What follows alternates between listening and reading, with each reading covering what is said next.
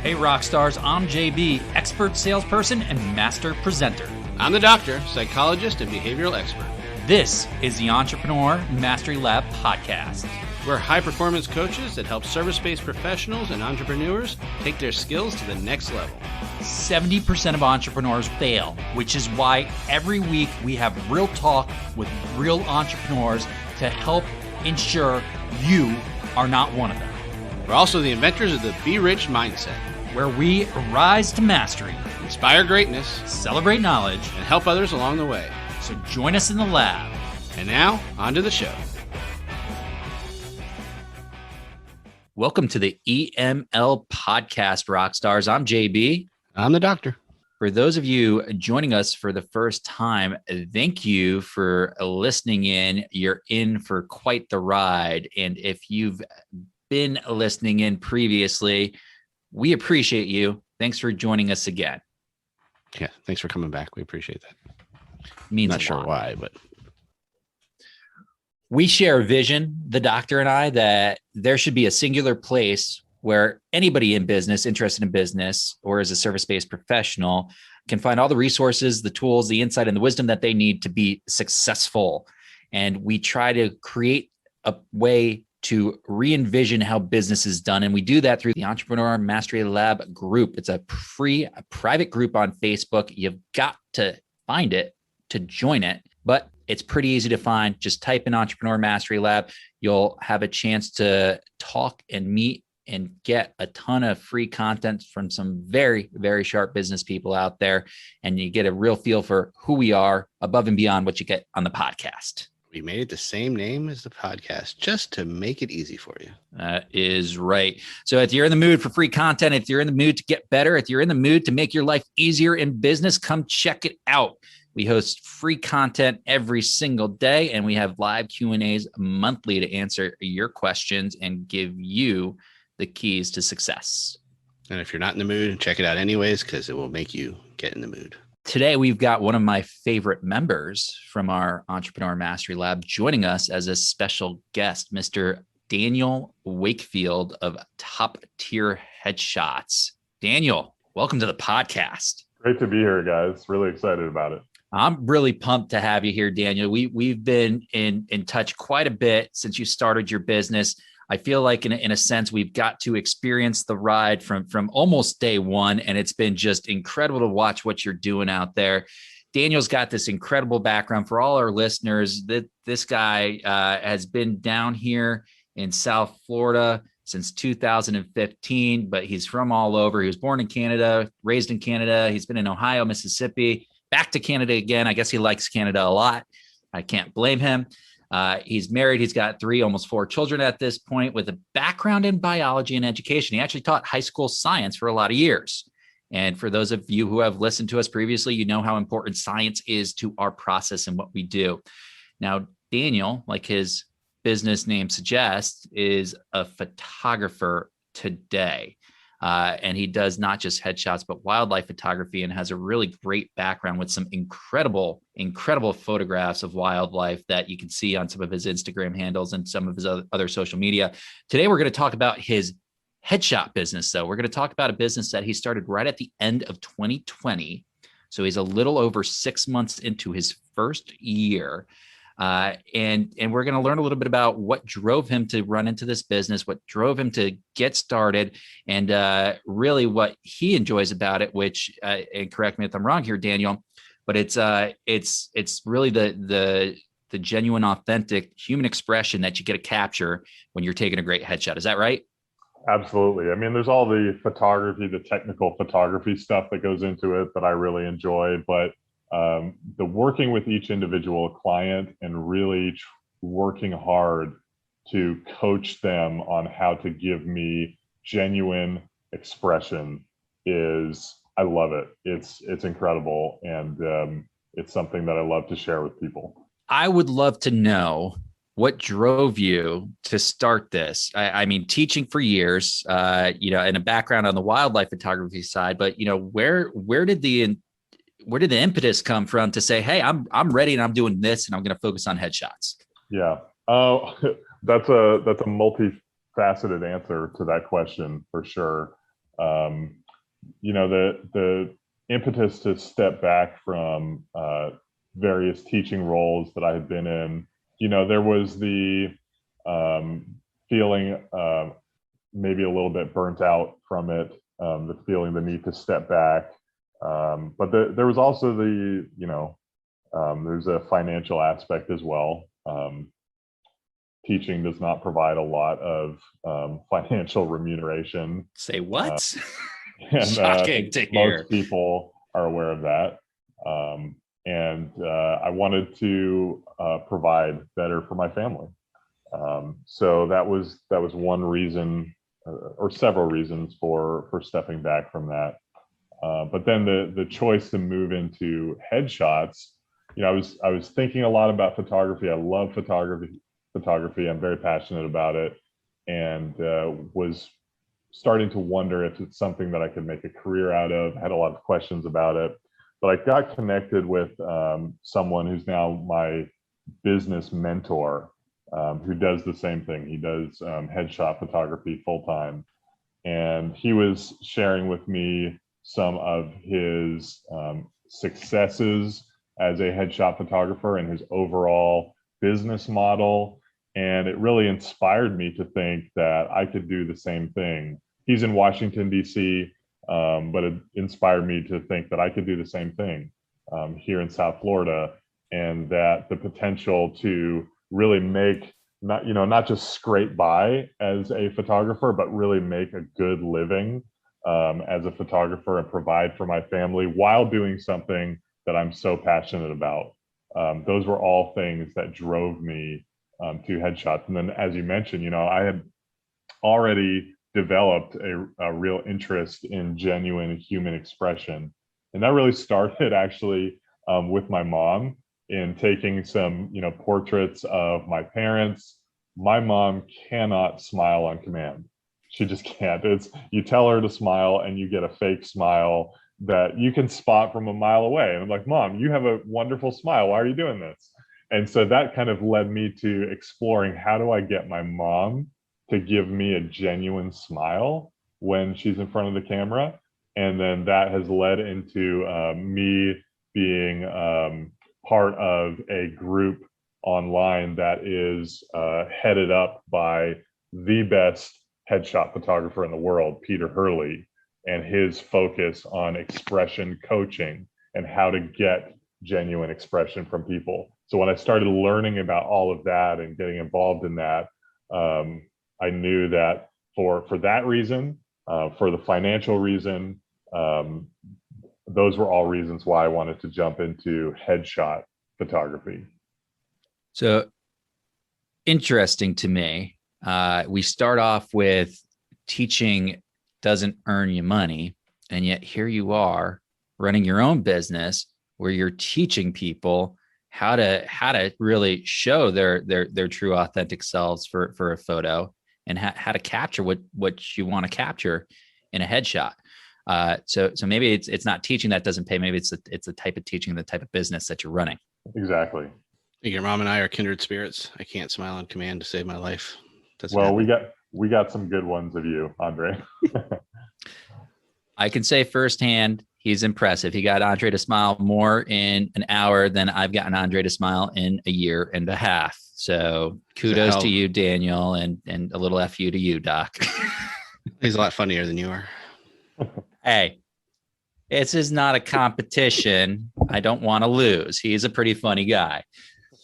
All right. So, this is interesting to me. So expression coaching, Peter Hurley, let's dive into this a little bit more, because, the act of taking a photo is, snap a picture, and not to oversimplify it. That's not my intent, but it sounds like a whole lot of what you do really comes down to this expression coaching. So dig into this a little bit more for the audience, and share with us kind of why it matters so much. Yeah, absolutely.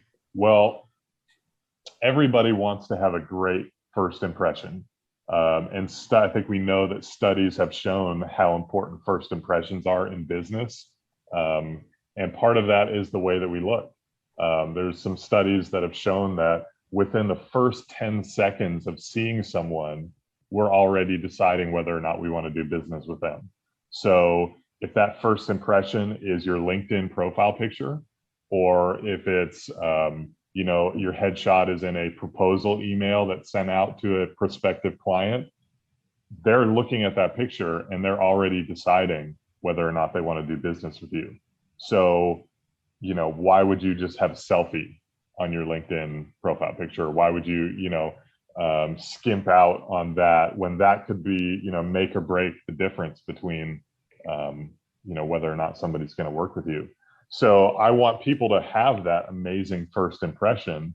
Part of that is the professional photography studio setup and the lighting that I've learned from Peter Hurley about how to light up the human face in a way that flatters it and makes it look really good. But that's only half.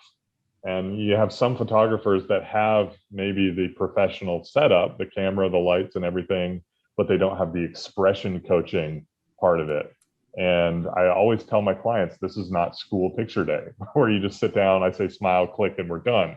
But I'm teaching you about how to look confident, how to look professional, how to look approachable in your photo. And so I always use that as an example. You could have a CEO who's the most confident person in the world, but they may not know how to translate that into looking confident. How do you look confident? What are the elements of looking confident? And so I teach people the tips and the tricks about what is it that looks confident, what looks professional, what looks approachable, what's going to, actually make you look like a trustworthy person. That's something actually that I was talking with a client about recently, and they were looking at some of the photos on my website, one in particular. And they said, that guy on your website, he looks like a really trustworthy guy. And why is that? Because he has genuine expression. He doesn't have a fake smile. It doesn't look cheesy. He looks like a warm, inviting, trustworthy person. And so that's really what I try to capture with this expression coaching. And so when people come into the studio, you guys can testify to this. We have a little teaching time at the beginning to teach them about what makes for a good, confident headshot. And cookies. And the cookies. Let's not forget that. I'm very happy to have cookies. That adds to the confidence right there. They were warm cookies, by the way. They were like fresh out of the oven. Way into this guy's heart. Yeah, so we have the teaching portion at the beginning, and then throughout the entire session, I'm coaching you about what you need to be doing with your expression, with your eyes, with your mouth, with your posture, to make sure that you make a tremendous first impression with prospective clients, potential employers, things like that. And the turtle. Don't forget about the turtle. The turtle. Yeah, you have to come in and book a session to learn about the turtle. You do. Top secret. But top secret turtles. There was another study, I believe it was a study that LinkedIn did, that showed that if you have a really good professional headshot on your profile, people are 14 times more likely to click on your profile. That's not just conjecture. That's not me just saying, I think it would be nice if you have a nice picture on your LinkedIn. That's math and science right there. See, these are the little tidbits I love to be able to put out there for 14 times, 14x, 14 times the return on your time, your energy, your effort, your investment, because you're managing to and working through the first impression. And Doc, we might have a thing or two to say about first impressions, right? Anybody that's joined us at some of our live events has heard us talk about first impressions. Anybody who's been and sat on our sales training has heard all about first impressions, because you quoted 10 seconds, Daniel. And I know some of our impressions form within half a second, milliseconds. We're already identifying whether or not we trust somebody right off the bat. It's amazing. Yeah, exactly. Yeah, our perception of people, as much as we say we don't want to make some prejudgments, we definitely do. And appearance is a big part of it. No doubt. Daniel, you've got this expression coaching, you've got this mentor. Now, this all was something that you were introduced to before you made the decision to start the business, or did you kind of do it in conjunction with? Share with me a little bit about that. I mean, was this okay, I understand this stuff now. I know how important it is. I have the confidence to start a business, or was this, okay, I'm going to start this business and oh my gosh, I need to learn this. Wow. This is step one. It was a little bit simultaneous, kind of happening at the same time. I've been a photographer for probably over a decade now. So I had a lot of, I wasn't saying I'm starting this business and then I'm going to learn photography after that. I had, a decade of photography experience behind me. And there was a little bit of learning of some of these things before I started the business, but it has been a little bit, concurrent in terms of the very beginning of the business, really learning some of I had already started on my own, like with my mom, and learning how to get her to give me that genuine smile. It had started on my own, but then Peter Hurley came in with his, putting words to and terminology to what I had been doing without that, and kind of allowed me to hone in and really dig deep and really, develop this process that I can use to help people make that great first impression. So it was a little bit happening at the same time. I made the decision to start the business with the faith that I had the photography background, and believing that I had what it took to learn the expression coaching. And I think that you guys could testify to the fact that I've picked it up and have run with it. And my portfolio on my website is a testament to that this expression coaching works. I don't let people leave my studio with fake smiles, and it shows, in what people are getting.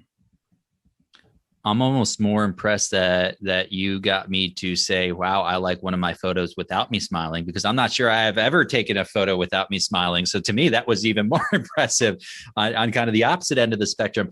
It's you said quite a bit there, Daniel, and you talked about the words and the structure. Then you used, I think routine and process, the terminology there.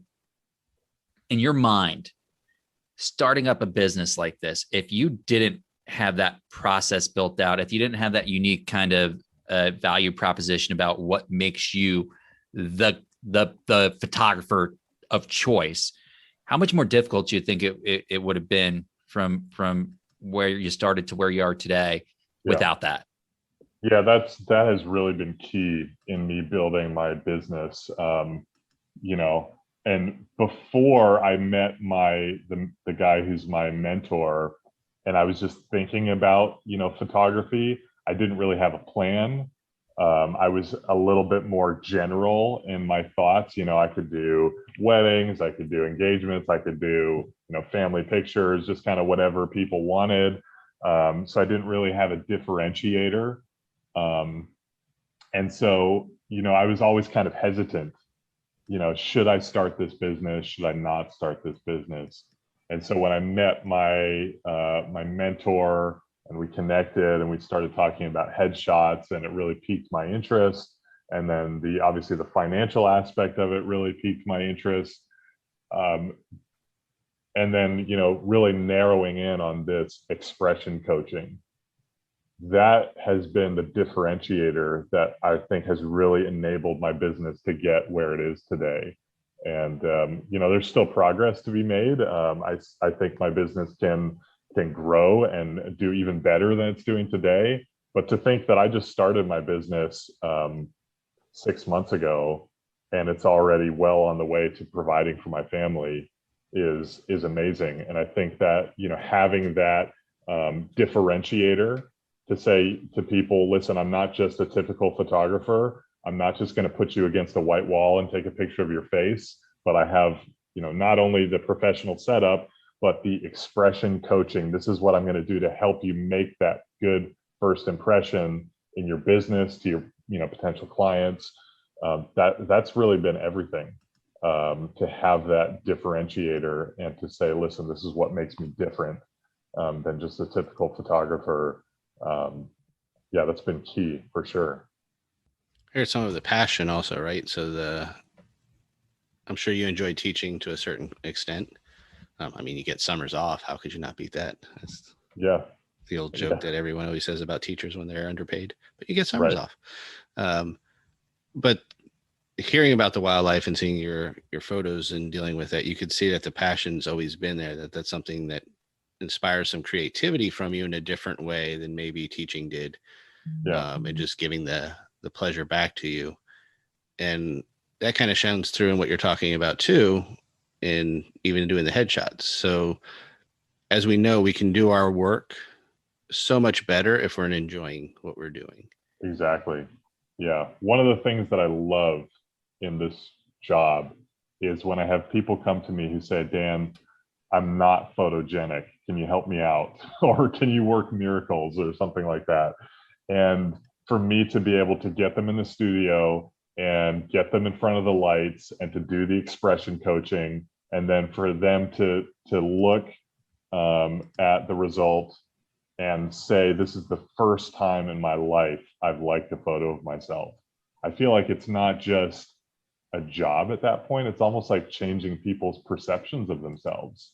Like, you are actually photogenic. You just didn't have a good photographer before, or you didn't know how to look confident in front of the camera. I mean, to be quite honest, I almost tear up thinking about some of those experiences and people who just had no self-confidence. And then they left thinking, wow, maybe I actually am photogenic after all. That to me is like almost life-changing. Well, we generally have the hardest opinion about ourselves. We see things that other people would never even be aware of or care about, and we highlight those things. So that is generally a general psyche that most of us do. Maybe not all of us. Maybe not people like JB who believe they're flawless, but the rest of us, we kind of feel that way. Whoa. I've never been accused of not having self-confidence, but I don't consider myself flawless. Just try to work towards that when I can. I want to know, Dan, what's been the biggest surprise? I mean, you're just over 6 months in. What has been most surprising to you, or what's really caught you off guard in the process, where you said, "Wow, that was freaking unexpected"? Man, that's a good question. There have been a number of things like that. One of the things that my mentor has encouraged me to do is really aiming for the high end of the market, and positioning myself to be a leader and an expert in the area that I'm in. And part of that, as you know, is pricing. Pricing is marketing, and Ferraris are not priced the same as Kias. Partly for a reason, because Ferrari's a lot better car than a Kia, but there's also the marketing aspect of that. So it's been interesting to me to see, there's a lot of people obviously that say, no, that's too expensive, I'm not going to go for that. But there's been a lot of people that, I thought, I wonder if that'll be too expensive for them. But then when they hear the value of what I'm bringing, they're like, you know what, that's worth it. I'm going to pay you that much to do that. And so that's been really cool to see, is that, people do value, are valuing what I'm offering. And so that's been really neat. And just other surprising things, like having people come in that are, pretty big executives, and just kind of, who let their hair down and just crack up at the expression coaching and the funny jokes and things to get them to loosen up and just have a great time doing it. And just kind of, almost set the business aside and let's just have a good time together and work together to get this genuine expression. That's been really neat to see, for sure. You use one of my favorite words, value. Yeah. Price is only an objection in the absence of value. Yeah. Yeah. And why can we sell a water bottle for $35 that without a brand is only worth $5, right? Because there's some sort of value attached to the object, or the service or the professional. Powerful stuff. How has it been going into a role of sales? I mean, every business owner, I mean, essentially you've got to sell yourself, and you went from teaching where, hey, you show up and, as long as you don't mess up, given enough time, you're tenured, and you kind of, I don't want to say skate, but you don't really have to necessarily sell yourself in that role so much. Yeah. It's not that you can't, you just don't have to. Whereas in this role, you don't sell yourself, you don't work, you don't provide for your family. So talk to me about a little bit about how that journey's been for you, because that can be a tough one for people. Yeah. Yeah. It's been interesting. I mean, to be quite honest, when I started the business, I didn't realize how much of a salesman I was going to have to be. I mean, I knew I would have to talk to people and discuss pricing and things like that, but I just don't think I fully comprehended how much of a salesman that I would have to be, particularly with really trying to target the top end of the market. I need to be able to demonstrate to people the value of what I'm doing. And I fully believe in that value of what I'm bringing to people. So, my mentor is a great salesman, and I also have several close friends of mine that are very gifted salesmen. And then you guys as well, learning from Entrepreneur Mastery Lab. What I'm trying to do with my business is not be a used car salesman, where I'm just pushing for a hard close, and the value may not be there, but I'm still trying to get the money anyways. I really appreciate what you guys do in teaching about the consultative sales process, because that's what I want to be to people. I feel like a lot of people that reach out to me who are interested in headshots, they've never heard of expression coaching before. And so there's an opportunity for me to teach them about what that is and the value that brings.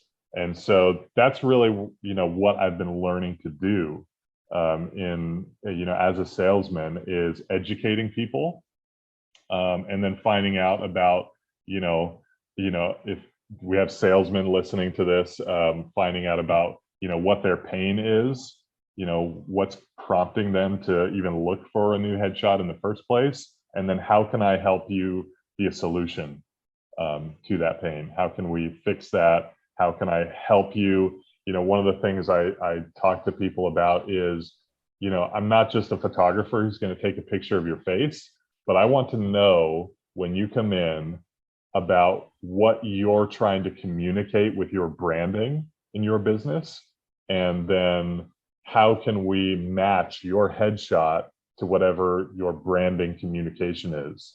So there's a whole process of education and teaching people about, how can we actually further your brand and what you're communicating in your brand with your headshots.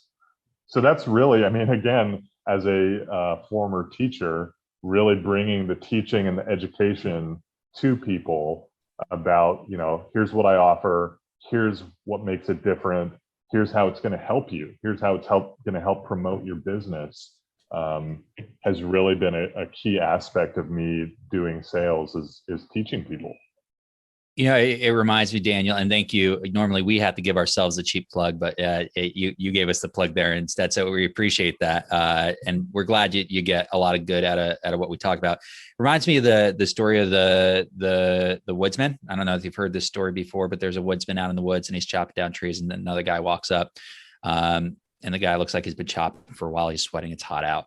And it's a pretty good sized tree. And the guy looks at him and he says, "Oh, wow, that's a pretty good sized tree. How long do you think it'll take you to chop that down?" And the guy says, 4 or 5 hours. And this is the guy, that's all he does. He's a woodsman.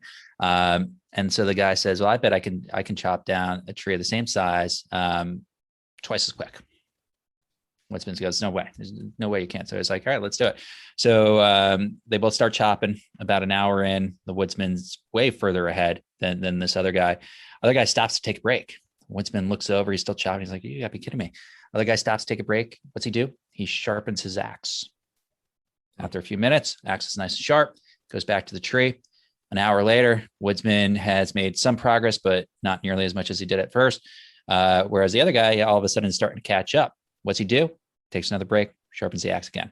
Long story short, half the time in the other woodsman, tree is cut down. What's the difference? He had the right tools and he sharpened them, and it was able to get him to chop the tree down much faster. Now, this is an old story. There's a couple different ways to tell it. Whether it's saw and axe, doesn't matter. Concept's the same. It's equipping ourselves or equipping the people we're working with the tools that they need to be successful. And sometimes it's a sharp axe, right? And what I love about what you talked about, Daniel, you are giving somebody, whether it's a salesperson or anybody, because we're all in sales, you're giving them the sharpest tool possible for that first impression right off the bat. Like, wait, are we going to start chopping down the tree with a blunt axe or a sharp axe? Let's make sure it's a sharp axe, so you're making the best possible progress right off the bat. Super cool thing. Absolutely.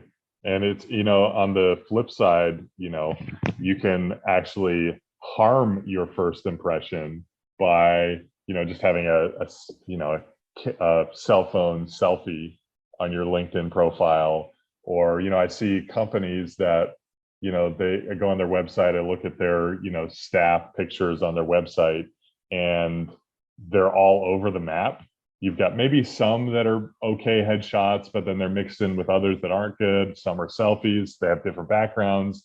And it just makes a kind of a negative first impression that I wonder if this company doesn't really seem to value, their appearance, their brand. They haven't really put a lot of time and thought into their photos. Sometimes there'll be somebody that just has a placeholder instead of a photo, something like that.